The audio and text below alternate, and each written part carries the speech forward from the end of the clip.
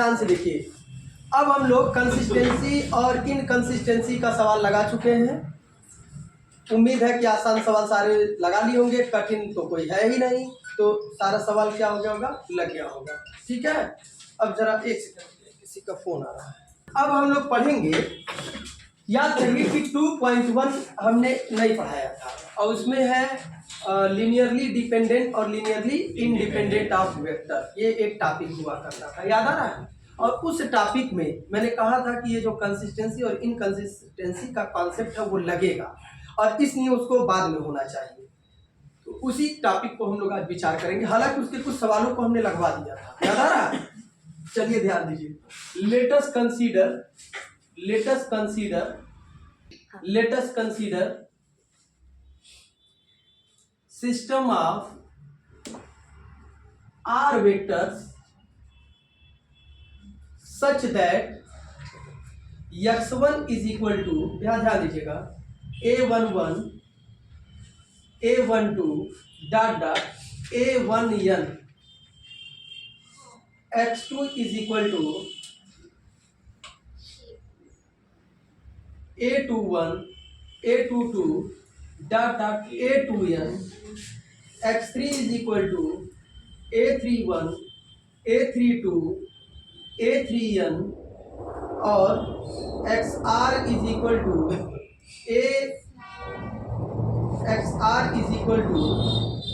ar1 ar2 dot arn, ध्यान दीजिए, is called linearly dependent of vector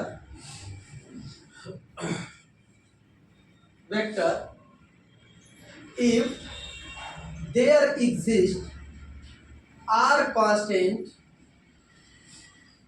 such that K1 R constant K1 K2 dot Kr not of all zero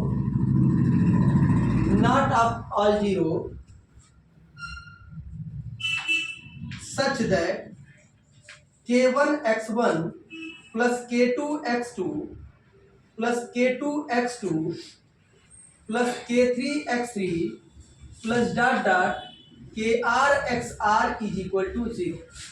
ये है, बता रहे हैं linearly, topic का नाम है लीनियरली डिपेंडेंट ऑफ वेक्टर। अब इसका क्या मतलब है जरा समझिएगा, फिर इसके बाद पढ़ेंगे हम लीनियरली इंडिपेंडेंट ऑफ वेक्टर। आखिर ऐसा क्या कॉन्सेप्ट था कि हम इस लेसन को पहले ना पढ़ा करके अभी आज पढ़ा रहे हैं। मेरी पूरी बात समझ रहे हैं? आखिर क्या ऐसा कुछ इसमें रहा होगा, उस चीज को हम लोग देखने जा रहे हैं। हम इसको एग्जाम्पल के माध्यम से समझेंगे तो ये अच्छे से समझ में आएगा। जैसे सपोज करिए x1 इज इक्वल टू 1 2 3 है और x2 इज इक्वल टू 2 1 4 है और x3 इज इक्वल टू 1 3 5 है और आपको दिखाना है कि ये लीनियरली डिपेंडेंट है कि इंडिपेंडेंट। यहाँ ध्यान दीजिए, x1 इज इक्वल टू ये, x2 इज इक्वल टू ये, x3 इज इक्वल टू ये। इसमें तो हजारों लाखों पैरामीटर हैं, हम यहाँ सिर्फ 3 ही ले रहे हैं। क्या बात समझ में आ रहा है? बोलिए। तो ये जो 1 2 3 है वो ऐसे ये वाला टॉपिक है, ये वाला क्या बोलते हैं, ये डेटा है। अब जरा ध्यान दीजिए, x1 x2 x3 को हम लीनियरली डिपेंडेंट कहेंगे कि इंडिपेंडेंट कहेंगे, इसी चीज के बारे में हम पता लगाने जा रहे हैं। कोई दिक्कत? तो हम डिपेंडेंट तब कहेंगे जब 3 ऐसे कांस्टेंट मिल जाए, K1 K2 K3 ऐसा 3 कांस्टेंट मिल जाए, x1 x2 x3 को हम लीनियरली डिपेंडेंट तब कहेंगे जब 3 ऐसा कांस्टेंट K1 K2 K3 मिल जाए कि तीनों में से सारा जीरो ना हो। लेकिन जब K1 का x1 में, K2 का x2 में, K3 का x3 में गुणा करके जोड़े, ऐड करे, सम करे तो उसका रिजल्टेंट क्या आ जाए? जीरो आ जाए। क्या पूरी बात समझ में आ रहा? हम इसे लीनियरली डिपेंडेंट कब कहेंगे? जब कम से कम हमारे पास 3 ऐसे कांस्टेंट हो कि तीनों जीरो ना हो। का जीरो हो तो चलेगा, लेकिन तीनों कांस्टेंटवा का इन तीनों में मल्टीप्लाई करके ऐड करें तो उसका रिजल्ट क्या आ जाए? जीरो आ जाए। तो हम उसको क्या कहेंगे? Linearly dependent. लेकिन अगर कोई कांस्टेंट नहीं मिला, सिर्फ K1 भी 0 मिला, K2 भी 0 मिला, K3 भी 0 मिला और इसका गुणा करके जोड़ रहे हैं तो 0 आ जा रहा, तो लीनियरली इंडिपेंडेंट हो जाएगा। बात समझ में आ रहा है? जवाब दीजिए। तो वही बात यहाँ कहा जा रहा है कि हम x1, x2, x3, xr को लीनियरली डिपेंडेंट तब कहते हैं जब R ऐसा कांस्टेंट हमको K1, K2, K3 dot dot Kr ऐसा मिल जाए कि क्या की K1 की सारा का सारा 0 ना हो, लेकिन जब K1 का x1 में, K2 का x2 में, Kr का xr में मल्टीप्लाई करके ऐड करें तो उसका रिजल्टेंट क्या आ जाएगा? क्लियर हो गया? जवाब दीजिए। अगर K1, K2, K3 का वैल्यू 0 आ जाएगा तो इसका मतलब है कि वह लीनियरली इंडिपेंडेंट है, और तीनों में से कोई एक 0 नहीं होगा या सारा 0 नहीं होगा तो क्या होगा? Linearly dependent. तो ध्यान दीजिए, लेट अस consider 3 constant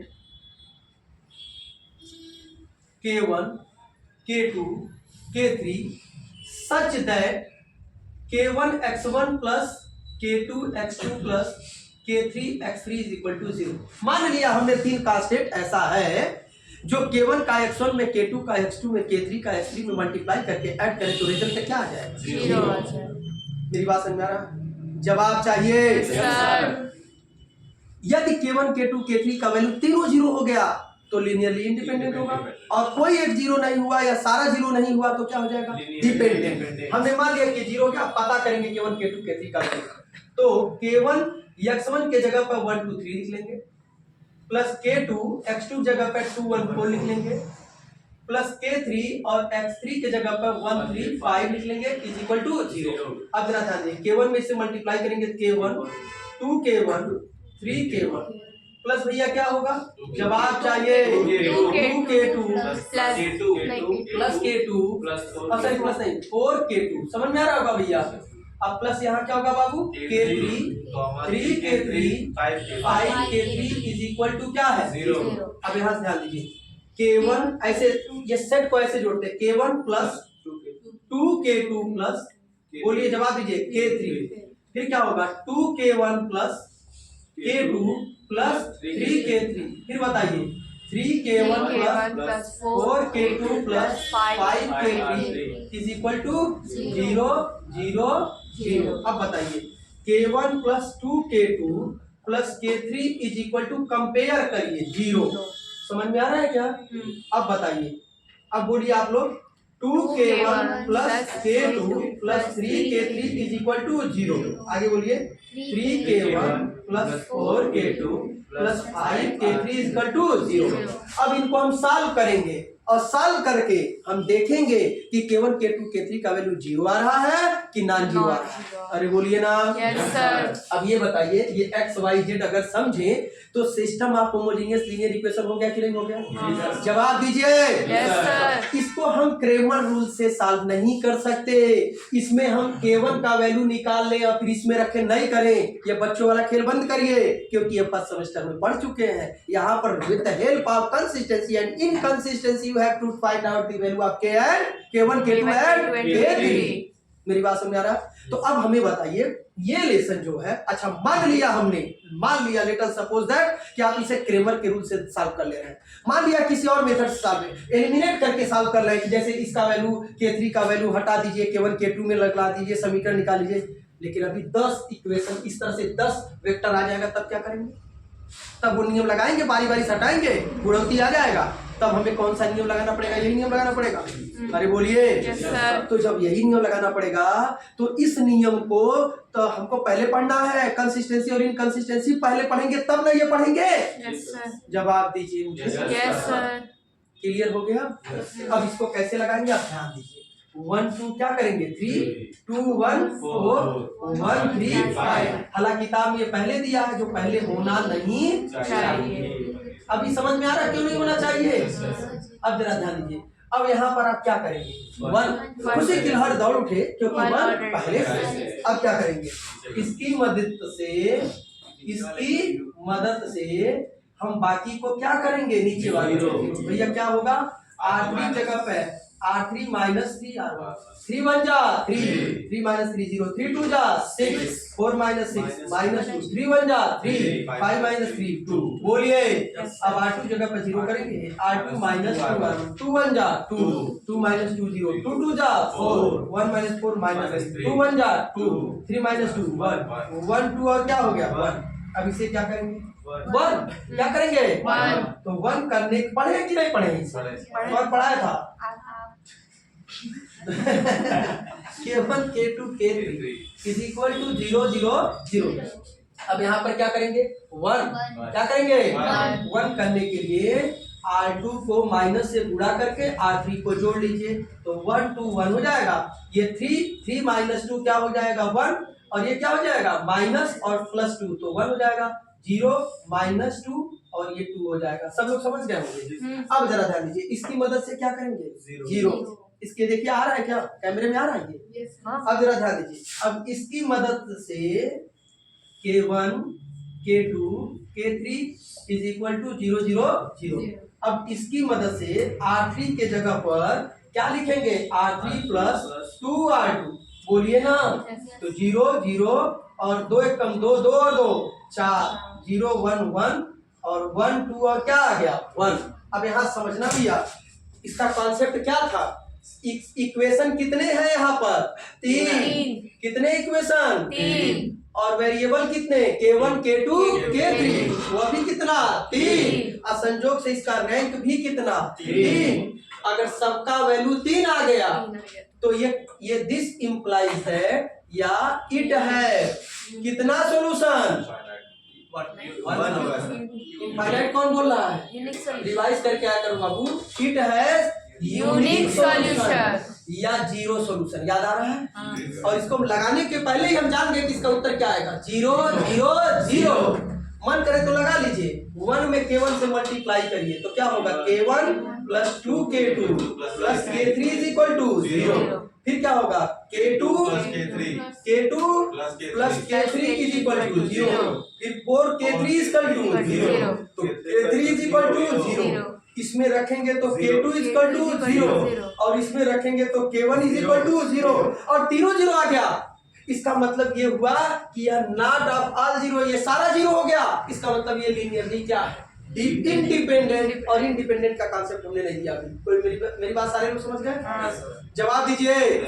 इसी में हम जोड़ सकते हैं लीनियरली इंडिपेंडेंट ऑफ वेक्टर। यहाँ ध्यान दीजिए, इसको लीनियरली इंडिपेंडेंट ऑफ वेक्टर तब कहेंगे कि जब K1 is equal to K2 is equal to KR, ये सारा का सारा क्या हो 0। अगर सब 0 आ गया तो ये क्या कहलाएगा लीनियरली इंडिपेंडेंट। क्या कहलाएगा, तो ये बताइए लीनियरली डिपेंडेंट है कि इंडिपेंडेंट है।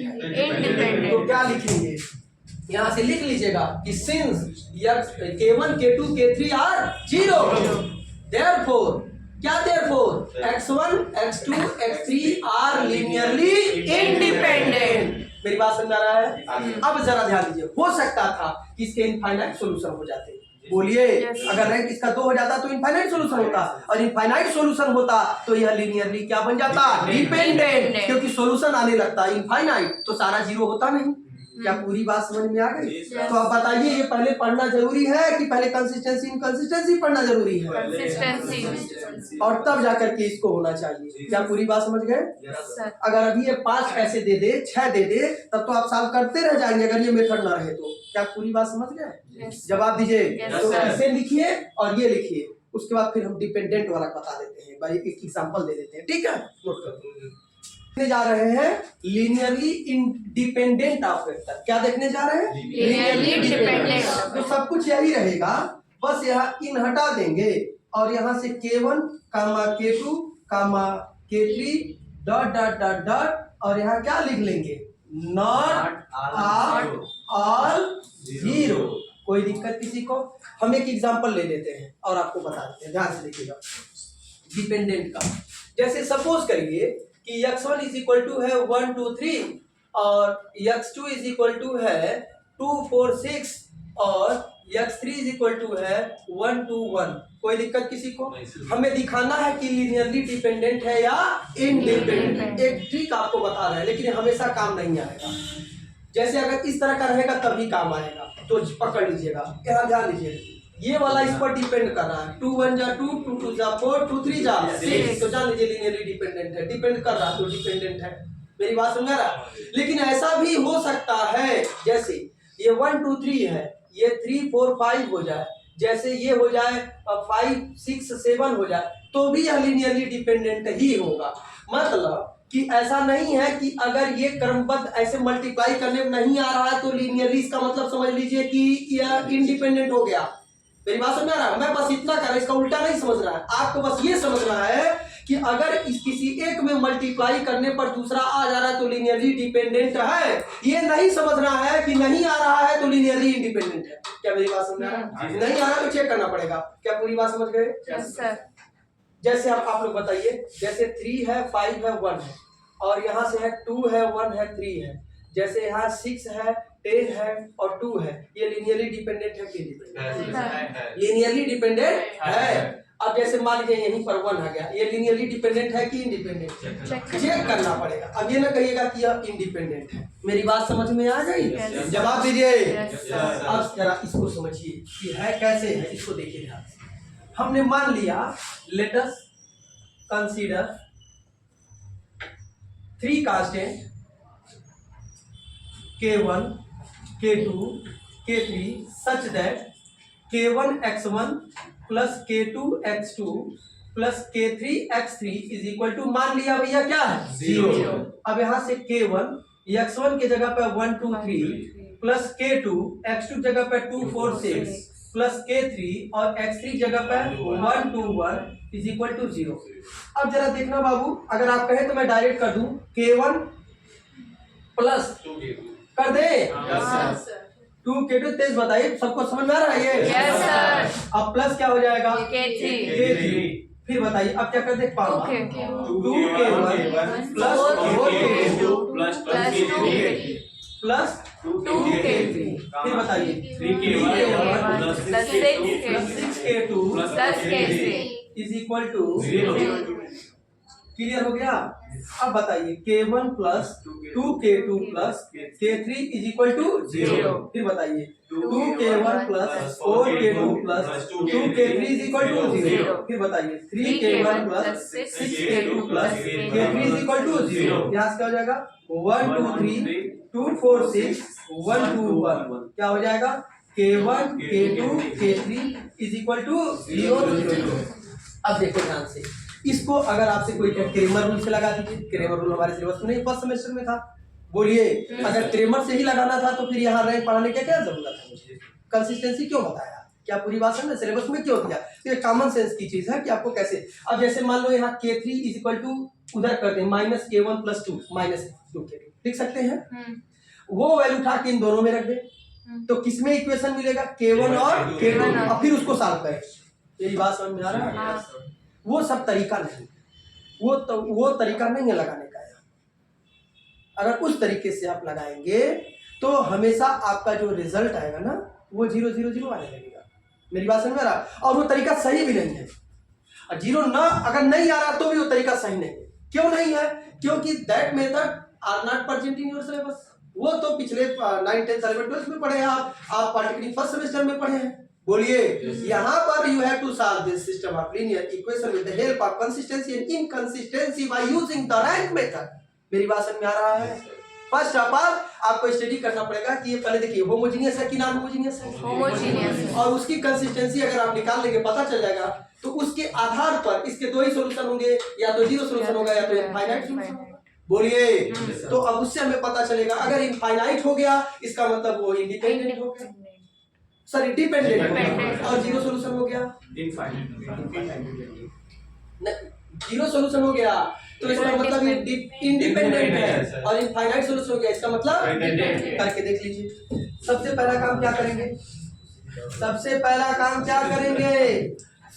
बोलिए, जवाब दीजिए। 0 0 0 हम इसे 0 करेंगे इसकी मदद से, तो क्या होगा? R3 माइनस 3, तो 3 1 जा 3 0 हो जाएगा, 3 2 जा 6 0 हो जाएगा, 3 1 जा 3 माइनस 2 हो जाएगा, और R2 की जगह पे लिखेंगे R2 माइनस 2, तो 0 0 0 हो जाएगा, और 1 2 क्या हो जाएगा? 1। अब भैया इंटरचेंज हाँ, कर दें। क्या कर लेंगे बताइए, K1 K2 और K3 बराबर 0 0 0। अब R2 और R3 को क्या कर लेंगे, इंटरचेंज 1 2 1 0 0 0 0 0। माइनस 2 समझ में आ रहा? अब देख के बताना भैया, समीकरणों की संख्या कितनी है, 3। वेरिएबल कितने हैं, 3। K1 K2 K3 yes sir. और इसका रैंक कितना हो गया, दो। इसका मतलब m equal to n is greater than r। इसका मतलब इट हैज कितना solution, infinite solution. Infinite solution means it have so many solution except zero solution। Zero solution के अलावा भी इसके कितने सोल्यूशन, बहुत सारे होंगे। It means we want to say that the value of K1 K2 and K3 it means we want to say that not all the value of K1 K2 K3 are zero। मेरी बात समझ में आ रहा है? This is only what this set of vectors x1 x2 x3 are linearly dependent। लगा के भी check कर सकते हैं आप, लगाइए यहाँ लगा के चेक कर लीजिए, इसको लगाइए, क्या हो जाएगा, जवाब दीजिए, बोलिए। K1 plus 2K2 plus K3 is equal to 0, फिर minus 2K3 is equal to 0, then K3 is equal to 0।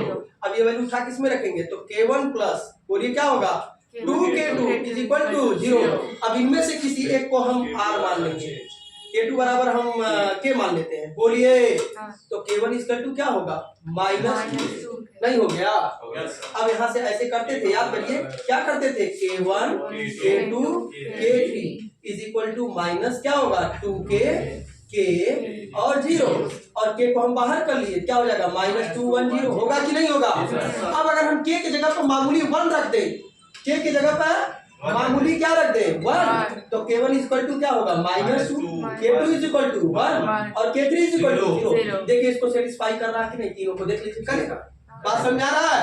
इसका मतलब K1 K2 not of all 0, K1 K2 K3 में तीनों 0 नहीं है। This is only what system of linear sorry set of 3 vectors x1 x2 x3 are linearly dependent. क्या लिखेंगे आप, इसको नहीं लिखेंगे तो भी काम चलेगा, आप डायरेक्ट लिखेंगे कि since K1 and K2 are not equal to 0, therefore x1 x2 and x3 are linearly dependent। नहीं समझ में आया, आ गया। अब 4 नहीं, पूरे किताब का नहीं, चाहे जहां से भी हो, इस तरह का सवाल आप क्या कर सकते हैं, बार बार मैं कहता था कि ये पहले नहीं, ये हमें बाद में पढ़ना, और किताबों में पहले दिया हुआ है, बोलो समझ गए। तो क्या ये पहले रहेगा तो ये आप लगा पाएंगे, नहीं लगा पाएंगे। 3 का तो कोई बता देगा, लेकिन अभी 4 आ जाएगा, 5 आ जाएगा, यहीं पर एक और डेटा लिख लें, यहीं पर अभी 2 डेटा और लिख लें, 1 2 5 4 6 7 और ऐसे 2 और बढ़ा दे, 4 और बढ़ा दे, तो क्या उस मेथड से लग पाएगा, क्या क्रेमर रूल आप लगा पाएंगे। इसका मतलब है कि if you want to check the system of vectors, are vectors are linearly dependent or independent, then first of all you have to study about the consistency of system of homogeneous linear equations।